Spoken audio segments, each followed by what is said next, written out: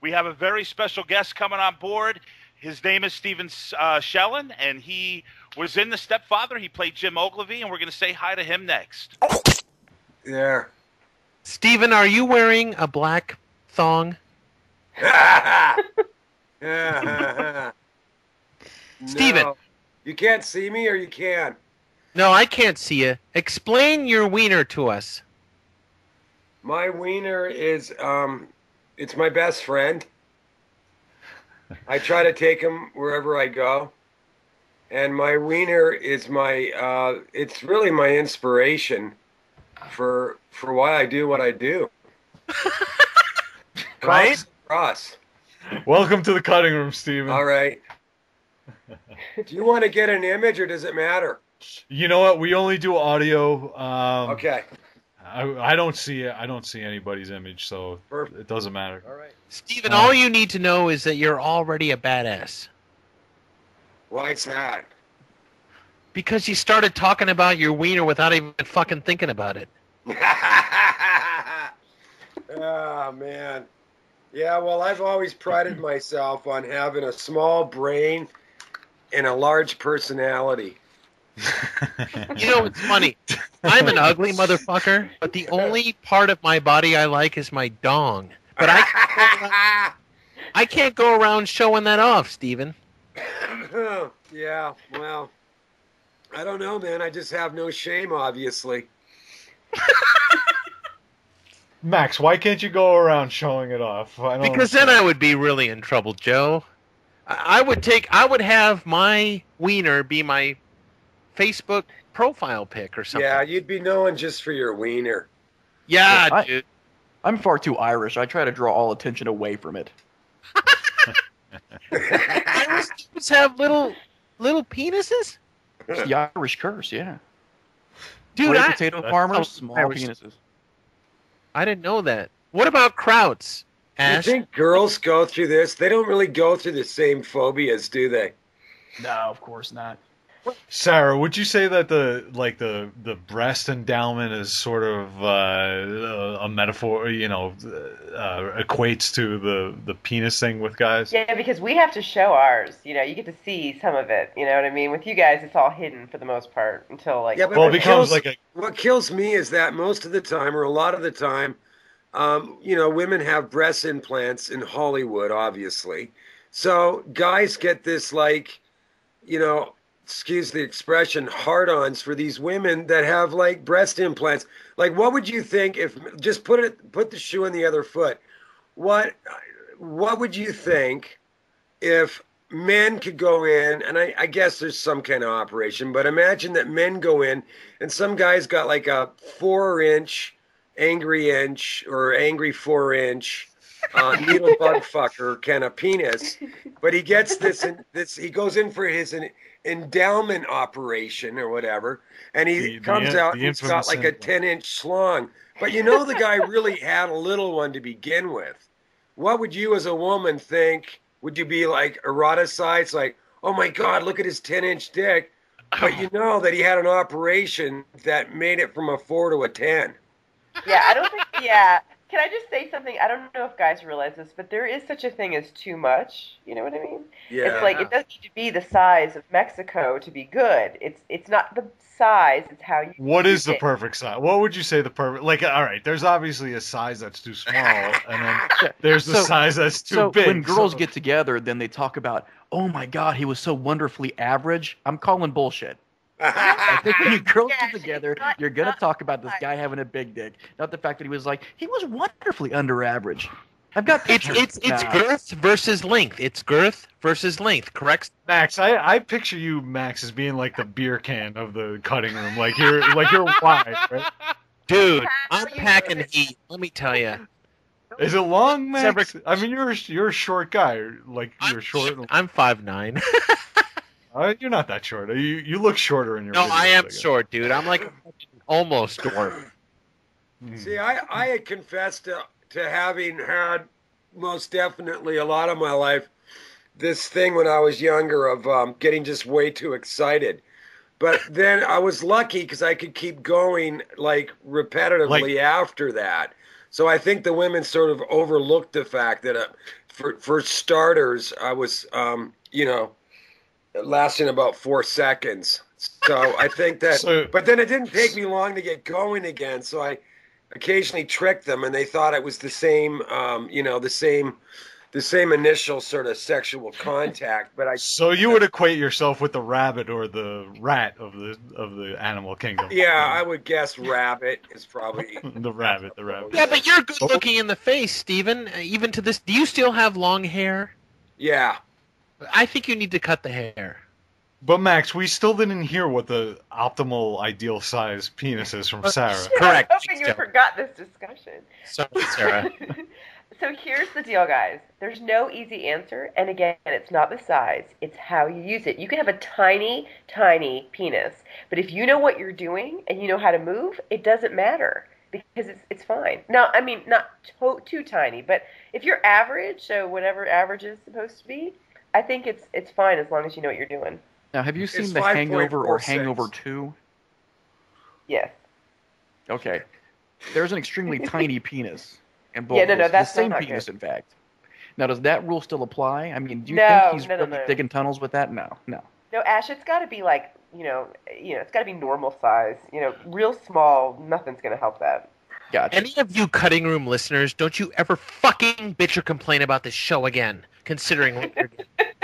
Hey, We're not, Tom. We're not introducing Steven. We're just going right into the show. So start the interview right now. We're talking to Steven, actor, performance artist Steven Shellen. Steven, thanks a lot for coming on the cutting room tonight, man. You're welcome. Nice to be here. What's going on, guys?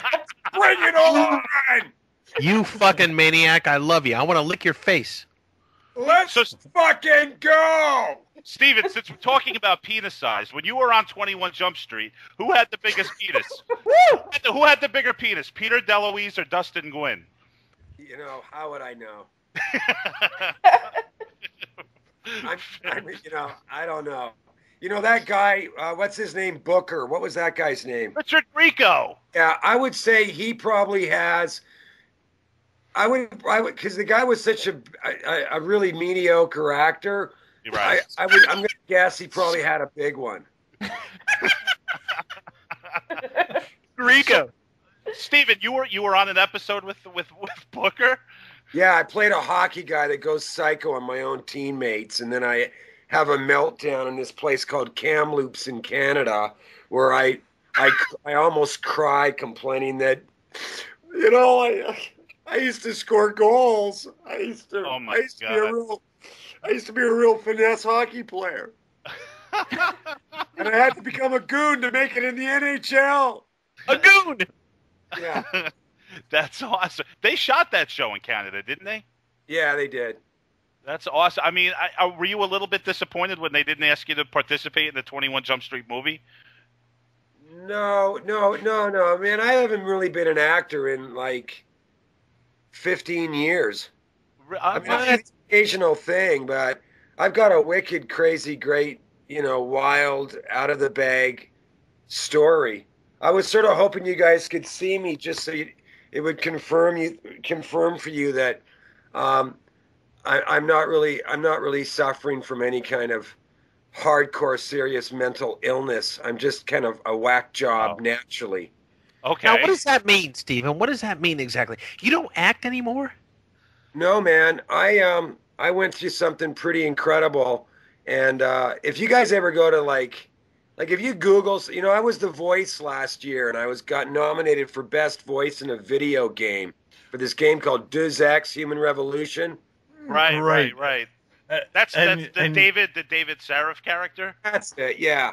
So I do And goofy. the Illuminati are after you. Pardon? The Illuminati. Yeah, I know, but I do these goofy videos, and someone hijacked it off my friend's site, and they stuck it up, and then it was like a feeding frenzy with all these sites online about games, and that I'm schizophrenic, I've lost my mind, I've gone crazy, I've gone mad. He thinks the Illuminati are following him. It was a gag video where I sit in this little beach place that we were staying at, and I pretend that I'm being tracked and followed by Area 51 fruit flies.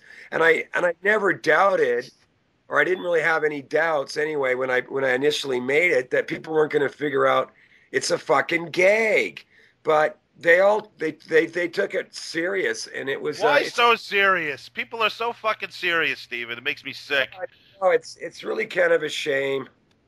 So wait a second. So you put this thing out as a gag, and then some people thought you were being serious, and then they got mad at you because it was a gag. Is that what's going on? They got mad because they were fooled. Is basically what you're saying. Yeah, maybe they did get mad. Good if they got mad. Fuck them. Fuck them if they can't take a joke. You know that one. And I answered it with the videos, and now I've got a new video coming out tomorrow that I'm going to post on YouTube. It's called David Seraph is Still Alive. Now, isn't this a testament to your skills, Stephen, though? I mean, seriously, you're still acting, even though you say you haven't acted in 15 years. This is still... A year ago, yeah. But this is still pulling the wool over eyes. Isn't that your goal? My goal is to expose the scumbag motherfuckers that are wrecking our economy and fucking, coercing us into this fucking shithole of a planet of what's happened. Because I think the planet's great, and I think there's some fucking losers like the guy, when you see a cartoon and Mr. Evil's got a great big head and he keeps licking his lips and you want to destroy them all. Well, I really think there are fucking somewhere. Steven, can you dip your ball bag into my open...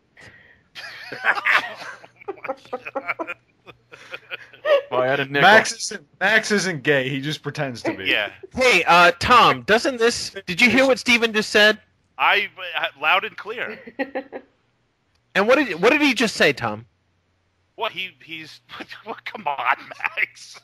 Well, there's going to be a pop quiz. Yeah, what the hell are you making me repeat what he says for? So Steven, you went from being an actor to a performance artist to a political pundit? No, I'm not a political anything. I'm just a guy, just a normal, regular, fucking wacky guy who still enjoys, creating. But I mean, I make my income, if you want to call it that, from selling art. I mean, paintings, right? And then in collaboration with sometimes other artists and sometimes on my own, what I'll do is I'll put together these kind of installation pieces and performance art. But what I love about entertainment is I love that fine line, and maybe you guys go through this when you watch horror films. Like a really bad horror film can kind of be great, really enjoyable, right? Mm. I mean, one that's like a 70s horror film kind of thing. And I love that fine line between bad and great. And I also love that fine line between, is it real or is it Memorex? Right. I think the performance art thing is really interesting because we're kind of going through our performance art phase of the cutting room where we kind of piss people off. Oh, it's good. We throw shit at like they're not sure if it's real or if it's not real, or you know what, we put out the real shit and then it makes people a little bit frightened, and then I mean, is that part of performance art? Like, it's definitely about even if you don't 100% believe it. I mean, they say that the nature of or the function of art has always been to kind of shake people up. Right. And if they hate it, go ahead and hate me and hate my art. I don't, like, fuck off. I love it, Steven. It's like, or the function of art is to sort of, I don't know, make people have a reaction. I don't want to see a film, leave the movie theater and go, oh, that was nice. I don't want that four-letter word. I don't want to hear nice. I want to hear, that was awful, or that was fucking great, and then have people argue whether it was great or garbage. Like, it's better to have somebody, reacting violently against something, like, what the fuck was that? Yeah. As opposed to walking away from it and being like, oh, that was a good night out, let's go get a ham sandwich. Now, Max, did you just hear everything that Steven just said? Man, I'm totally vibing on his groove, dude. I want to fucking hang with this dude. I want to fucking party with this dude. I want to over a gnarly ass bottle of brown shit. I want to get it. I want to open up his brain. I want to pull the eyeballs out of his skull fucking socket. I want Sarah Brooke there. I want all kinds of crazy shit going down with this motherfucker. Well, thanks, Max. When did you change from being an actor to doing, like, I saw some of the videos. You're going up in like these poetry houses. You're doing performance art. You're doing painting and artwork and stuff, right? Well, How, that comedy show was in my loft in Montreal. I left LA about 12 years ago, and I went and worked with dog sled dogs in northern Quebec. And then I ended up, yeah. What? And then I ended up in Montreal, and I had this great loft in the center of Montreal on this crazy ass party street. And then we ended up doing a comedy show in the loft for 3 years. So strangers, like, I don't know, 300 people would come in on a Friday night sometimes. And it got like well known all over, I don't know, Ireland, fucking New York, Chicago, LA. Like, people heard about this show in this fucking crazy artist guy's loft. And that was just like, I used to do the introduction to the comedy show. okay, right. So are you a Canadian? You're a Canuck? Yeah, my dad was was Canadian. He was German Canadian descent, and my mother's family was American.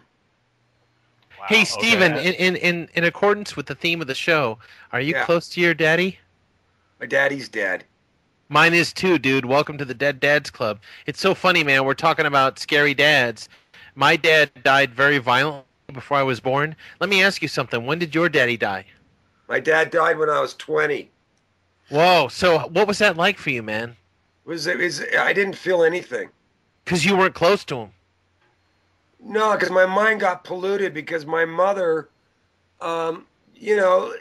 convinced me that my dad was like, just like kind of worthless, and he really wasn't. My dad was actually a pretty great guy. But it took me, like, when people go, "Oh, your kids will figure it out when they're 20," it's like, fuck off. I never figured anything out till I was 40 about my father, and that's when I finally had the realization or had the epiphany. Hey, wait a second, my dad really wasn't a fucked up, asshole, loser guy. My dad was actually pretty all right. And that's a real bummer that when that realization happened, that you didn't actually get a chance to sit down with the guy over a beer and talk about it and Yeah, but he hash it wasn't- out, right? My dad wasn't a particularly warm and fuzzy guy. He was very German. The guy was a boxer during the war, and my dad wasn't like a roughneck, but he was kind of short. He had these clicker things on his shoes. He occasionally would punch people out, but not often. And he wasn't like an asshole or like aggressive with me. He just wasn't a huggy fuzzy, that kind of a guy. So where I live, we're surrounded by like new agers and stuff, which is fine and all that stuff if you're into like eating well and learning about fluoride in your water and GMO foods and stuff like that. But, Wait a minute. Are you not into eating well? What do you eat? What did you eat for dinner tonight? I had some Hungarian dish because there's a Hungarian girl staying with us. We had, I don't know, squash, Hungarian, some kind of dumplings, and I don't know, a salad, cup of coffee. You're the only dude I know who said, I don't know, I had Hungarian tonight. Some chick was staying with us who was Hungarian and cooked Hungarian squash. You're the only dude I know who would say that about their dinner. Steven, Really? No, I have two questions. One, your dad wasn't Max Schmeling, was he? No. Okay. Dude, he was a tough guy. He was a boxer. How did he feel about you becoming an actor? Did he think it was like a No, sissy? I never knew. I did all that stuff after. Okay, gotcha. So did you actually go to Hollywood, or were you doing the acting up in Canada? I started in New York. I went to an acting class with an actress called Belinda Bauer. And I think, if I'm not mistaken, I dropped acid. I don't know if she took it, but I did. And I knew some guy in New York who owned a limousine service. So I used to go to 54 and Xenon, and I'd get in everywhere. I didn't have any money, but I had a fucking limousine, right? So stupid. So everybody let me in, and I got to know everyone and, did all that nonsense. And then I met Belinda Bauer, who was an actress, and she took me to an acting class. And then that bug bit me. And then I went out to LA, and I was just fucking god-awful shit. and I didn't know what I was doing. And they kept trying to dress me up in Lacoste shirts and go in and get some TV. Oh, you were a model for a while, right? Yeah, in London, England, I was a model when I was Yeah, 20. that's right. You're a good-looking Right. dude, though. Yeah. Well, I was short for modeling. I mean, I don't even know how that one happened, but I loved it because I was around, beautiful women. I got to travel all through Europe, and Wow. yeah, it was a blast. But when I got to New York was all serious about it, and I was with the Ford Modeling Agency. But I used to have to set my alarm in the afternoon to get up in time for the bank to still be open because I'd party every night, and I'd never get up till like 4 or 5. Wow. What was your first big break in as far as the acting is concerned? I think all the bad auditions I did and being told I was useless was probably the best thing that ever happened to me. But early on, you were cast in HBO had a hit series, The Hitchhiker. You had a role in that, right? Yeah, well, they offered that was with Belinda Bauer, but with Klaus Kinski. Holy fuck! Whoa. Oh, Klaus Kinski. Awesome. Tell us about it, Steven. Tell us about it. Well, okay, so I haven't seen Belinda since New York, and then I get this thing, The Hitchhiker, and I'm flying up, and lo and behold, guess who's doing this episode with me? Belinda Bauer. So we sort of reignite our little thing that we had going, and she was great, and she's playing Klaus Kinski's wife. So her and I would, have our time together at lunch, if you know what I mean. And then I'd open up my trailer door, and Klaus Kinski would be standing outside with that protruding forehead and his huge Oh, that's fucking great. and he'd look at Belinda and he'd go, "Oh, I know what you're doing in there, and I want to lick it off." Did he scare the shit out of you as a young man? I'd gone through so much crazy shit at that point that he was just sort of like someone in an amusement park, in a cage kind of. Like, I don't know. He was a very odd guy. I don't know if he scared the shit out of everybody on the crew. I mean, he wouldn't do more than 1 or 2 takes. And then Was he really difficult to work with? Because he's like infamous for being like Oh, no, he a pain, royal pain. out of his mind, man. The guy was out of his mind. Like, he's absolutely. If you've ever read Nietzsche's Superman, Yeah. if you've ever read Nietzsche about his theory on Superman, that's Klaus Kinski. It's like he's a train wreck that just keeps going. Yeah, he's gonna keep going until he destroys himself into oblivion. Listen to this. I had dinner one night with Christopher Plummer. Well, I got to finish the other part. So, anyway, and then I couldn't fit into this TV Lacoste shirt guy thing. So then I went to Peggy Fury's, and it was a school that had people like Nick Cage and Sean Penn in the school. And that's like, when I say no, the best thing that ever happened is I tried to fit into something, a box that I couldn't fit into. So that sort of pushed me to go to Peggy Fury, and then I actually got the acting thing, and I became completely maniacal about it. Like I was crazy about it. But I had dinner once with Chris Plummer, and we're talking about crazy people to work with and stuff. And I said, "Who's the craziest actor, like that you've ever, filmed with, Christopher?" And he didn't hesitate. He said, well, that would have to be Klaus Kinski. All right. Oh, yeah, Klaus Kinski. Yeah. Okay, I agree. Oh my god. Yeah, we just did a show a couple On episodes Werner back Herzog. on Herzog, Yeah. and we were talking about Kinski, and I mean that guy. I mean his work in Herzog's films is just beyond amazing. I mean I don't know, I haven't seen too much of his stuff outside of that, but I mean the guy is just incredible. Like talk about performance art. He didn't give a fuck if the cameras were rolling or what Herzog was doing. He was going out there to do whatever the hell he wanted to do. Fucking absolutely. I don't know if you guys ever make films or do you ever write or do you ever do shorts or do you ever make any films? Yeah, I do. I make well, we all do. Max makes short films all the time. I make short films, I write. So Okay, yeah, so we got all sorts of shit going on. here's the question, because I've made some short films and put them in festivals and gone to, done that. Sure. And Sure, sure. the thing is, because you're always doing it low budget, so you don't have any. You're not gonna fly Right. someone in from LA for your little short film that you're doing, right? But Right. it's really a great. I think it's one of the great things, especially about digital film, because you can just roll. You can roll outtakes. You can roll while no one knows you're rolling.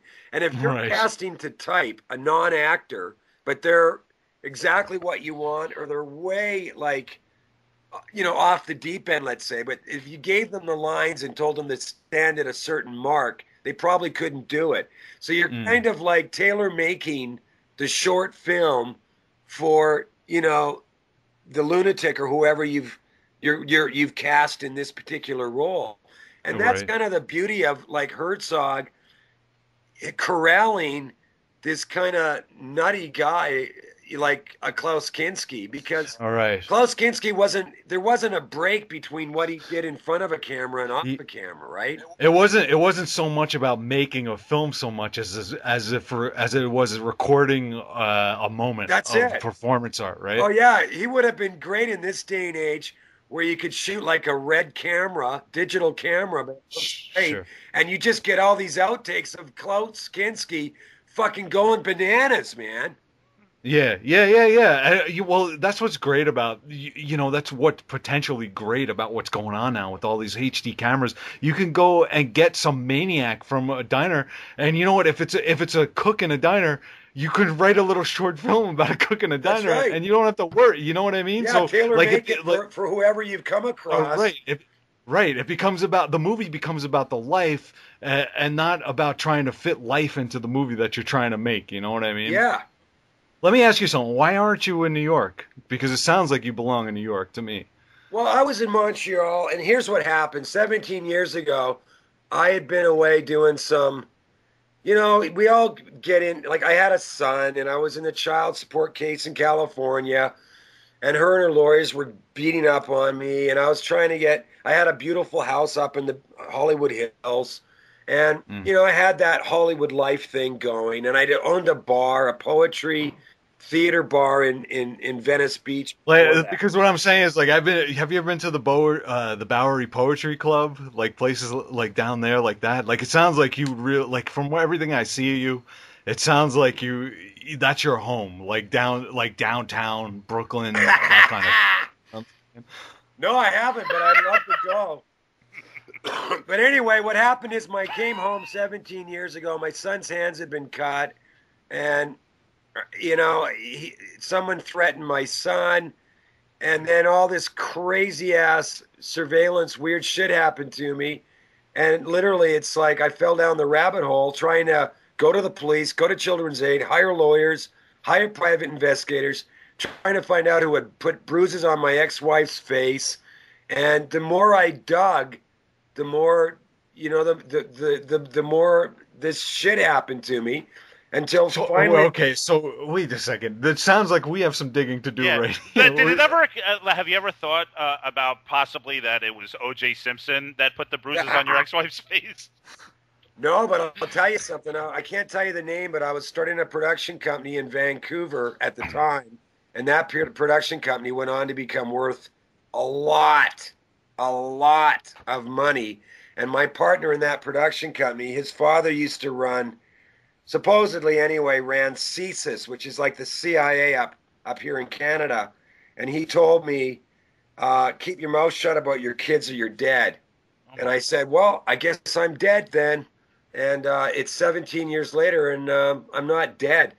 So, that's kind of what happened to the acting career. I don't know exactly. My story was so insane that people probably thought I was making it up, but really I'm just a guy. Now, do you write? Do Kids? do you write? Oh yeah. So I mean, you're writing this stuff down, right? Oh, I have, but it won't get published. But I mean, I've written plays about it. I've done short films about it. I had art shows about it. Right. as far as like, I guess it's if the glass is half full, then all the shit that we all, because everyone goes through some shit, right? Right. You know, it's like, I guess it's what you do with it. Right. Well, we were talking about this is something we were talking about the other day, Max. So you take those wounds and you spin them into gold. You know, yeah. you got.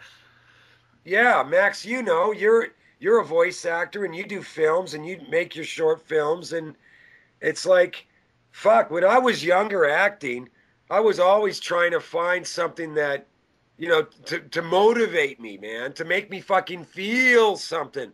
Yeah. Now it's like, God, you know, I don't need any motivation. Like it's all there. And people always are, you know, commenting on my artwork. Well, where does this come from? And how do you manage to do this? It's got such vibrancy. And it's like, yeah, I'm fucked up and you know, expressing myself in a healthy way, but it's coming out like this. And I obviously, I guess, you know, through osmosis or whatever, you know, it affects people. But again, you know, making art is like, fuck. I've seen so many filmmakers and they do really beautiful, classy, great shots, perfect work, but they're copycatting some other cinematographer or someone else's work. And it's like, take the fucking chance and risk being bad and you might be great. I want to go see a film that looks like a film I've never seen before, you know? Is there anyone out there right now, like, and you know, who are making feature-length films that you really dig, Steven? Oh, fuck. I guess there's a pile of them, but like, do you like Harmony Korine's stuff or yeah, Larry Clark guys like that? oh yeah, yeah. I mean, I can take, you know, I'm not going to watch his movies like for 7 days in a row, right? Yeah. That, Yeah, that Max does that actually. Yeah. He's a big fan. I've Hey, seen what'd you- Trash Humpers like 8 times. What'd you guys think of Hobo with the Shotgun? You know, we actually reviewed that movie, Steven, and we were very soured on it. Okay. You know, and you're talking about guys. You know, you were just talking about guys that kind of, reenact what other people have done, and it just seemed to us that was just a pile of, you know, recycled bullshit. You know, and that there was just nothing really in there. Yeah, fair enough. I haven't seen it. I'm just curious because I know the cinematographer on it.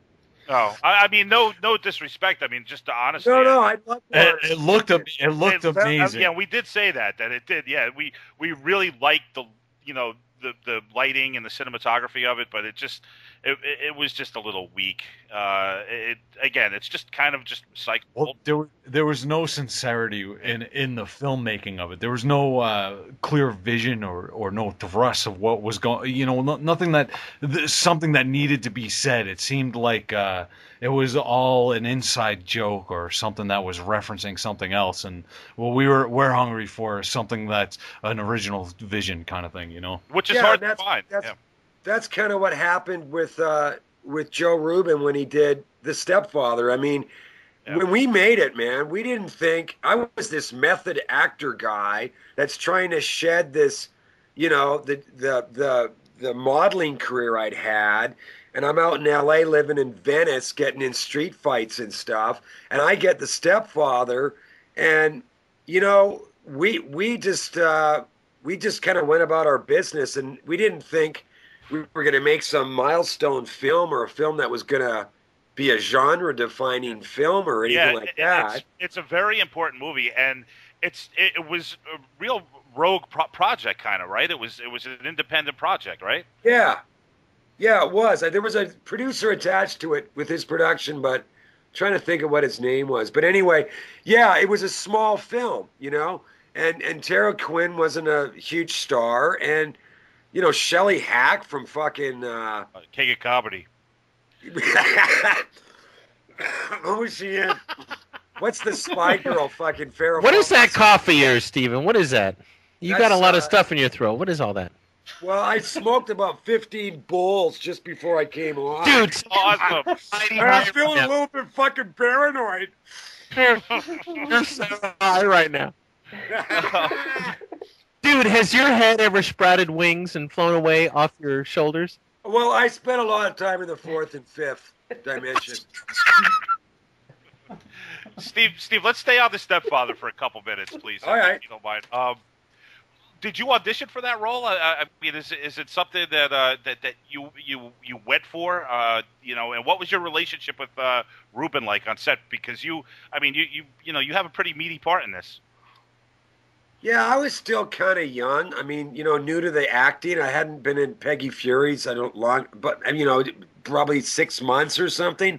I think I did audition because I was up in Vancouver doing something, and I was living in Venice, and there was something going on. I had to go up there, and then someone contacted me about going to see them on The Stepfather. So I went in, and that's how I think I got it. And then I got along like Joe Rubin. You guys should try to get him on. He's got this really dry East Coast sense of humor, which I like, and he never made anyone feel like we were doing anything other than polishing shit. So all the pressure of making this big important film, it was just like, come on, just get over there, and this is where I want you to drive up, and and it was all this kind of dry delivery in its direction. So the Ontario Quinn would be going psycho, and then as soon as it was cut, he was back to his chair and laughing and being personable and that's talking amazing. about it. Yeah, I read about how Quinn would he'd turn it on and off just like that. Yeah.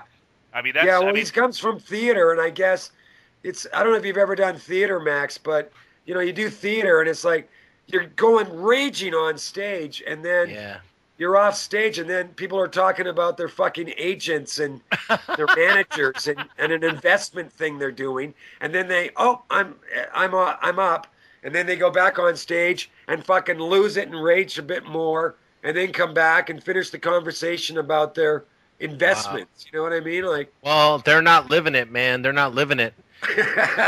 Yeah, I unfortunately I think I was living in my car when I did The Stepfather. Really? Well, I think I was in a hotel, and then, I don't know, man. It's so long ago, but I know I was real serious about my method acting in those days. And Joe Rubin, we got along good, and he'd call me. And then I think I gave him shit because he was doing that Julia Roberts movie, Enemy of the, what was it? Enemy of the State. Sleeping with the Enemy. With the Enemy, that's it. And I don't know why. I mean, I've had these brain farts in my life, but I phoned him up and I'm like, what the fuck, Joe? So you're going to cast this Anderson guy? Kevin Anderson? Yeah. I think, you gotta, wait a second, Steven, you got a beef with Kevin Anderson? No. I just thought had a good relationship, and I thought I really wanted to do that film, right? That would have been big. I mean, yeah. Yeah, I think I would have been really great in that role. So I'm like, what the fuck, man? Anyway, he obviously probably didn't appreciate it much. And then when he did his, they've got a thing where he narrates The Stepfather, and he mispronunciates my name. So I'm like, yeah, fuck you too, Joe Rubin. Hey, Steven, if we partied with you right now, could we open windows? Oh, man. Could we let the night air in to massage you? Are the blinds drawn or what? Or what's going on in there? Steven. Yeah. Have you ever used a booty butt wipe? Booty butt wipe? No, I don't think I have. What are those? Dude, you gotta go to the 99-cent store and you buy these cool. Put them in the fridge. It's like it's like a wipe, okay? But it's scent, and it smells so good. And what you wipes? What's that? It's like baby wipes. Correct. Imagine yourself. I've used those. Aren't they great? No, I've run out of toilet paper and I use those, and I'm like, wow, I should just be using these all the time. Exactly. But don't flush them. Put them in the bin. Yeah. No, you're right. Yeah. Why am I right, Steven? Yeah. That's a good point. That's a good one. Anyone listening, it's making a really important, point there. Don't put your your shit encrusted baby wipe in the. It's very important for the social Because you don't want to commentary of mess our up the plumbing, isn't that right, Stephen? That's right. Yeah. Or your septic if you have a septic. Exactly. Oh, Stephen, man. you and I understand each other. Steven, I got to tell you, thanks a lot for coming on tonight and talking to us about knock it off, Max. Thanks. No, really, thank you for coming on and talking about your experiences and talking about the stepfather with us, man. It was a real treat, and I got to tell you, I want to give you an open invite to come back anytime and pop in and talk to us about whatever the hell you have going on. I'm dead serious. Well, you got a real advantage with me because, you ever heard the lyric? I think it's Dylan. When you ain't got nothing, you ain't got nothing to lose. Yeah. I got a great art career, but as far as like the film business, I'll just say whatever. I really don't care at this point. So, ask me any question. I'll answer it as honestly as I possibly can. And I don't want to hurt anyone's feelings, but I'll be brutally honest about stuff. I think this whole mystique about filmmaking and stuff, and I hate the making of on films where they all got along so great. I would get hired by the same producers and directors quite a bit, like 2 or 3 times. So obviously, they if they hated my guts, they wouldn't keep hiring me, right?